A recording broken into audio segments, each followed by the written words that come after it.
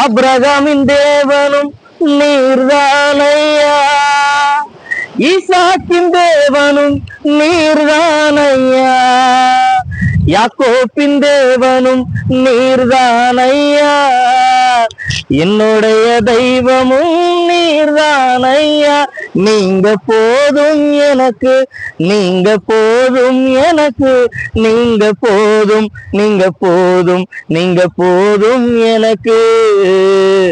உம்மை விட்டா யாரும் இல்ல ஏசையா, உம்மை விட யாரும் இல்ல ஏசையா. இயேசுவின் நாமத்தினாலே உங்கள் யாவருக்கும் அன்பின் வாழ்த்துக்கள். இஸ்ரவேல் ஜனங்கள் எகிப்து தேசத்தை விட்டு புறப்பட்டு போகும் பொழுது இப்படிப்பட்ட செங்கடலை நம்ம பார்க்கிறோம். அந்த செங்கடலை தாண்டிதான் அந்த இஸ்ரவேல் ஜனங்கள் போகும். பின்னாடி பார்த்தா எகிப்தியர்கள் இவர்களை கொன்று போடலாம் என்று சொல்லி புறப்பட்டு வருகிறார்கள். மோசேயின் இடத்துல வந்து புலம்புகிறார்கள் இஸ்ரவேல் ஜனங்கள், நாங்க எகிப்திலே இருந்திருப்போம் சொல்லி.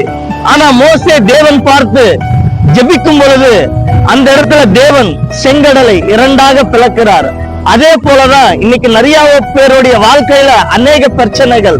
ஐயோ, இந்த பிரச்சனை எப்படி மாறும், இந்த சூழ்நிலை எப்படி மாறும், என் வாழ்க்கை இவ்வளவுதானா, ஐயோ செங்கடலை போல பிரச்சனை தெரிகிறது என்று சொல்லி சோர்ந்து போய் இருக்கிற சகோதரனே சகோதரியே, நீங்க கர்த்தரை பாருங்கள், எல்லாவற்றுக்கும் அவர் பதில் தருவார்.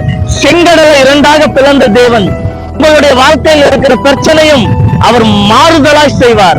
நீங்கள் ஜெபிக்கும் பொழுது, தேவனுடைய முகத்தை பார்க்கும் பொழுது தேவன் உங்களுக்கு சமாதானத்தை தருவார். உங்கள் யாவருக்கும் இயேசுவின் நாமத்தினாலே அன்பின் வாழ்த்துக்கள். God bless you.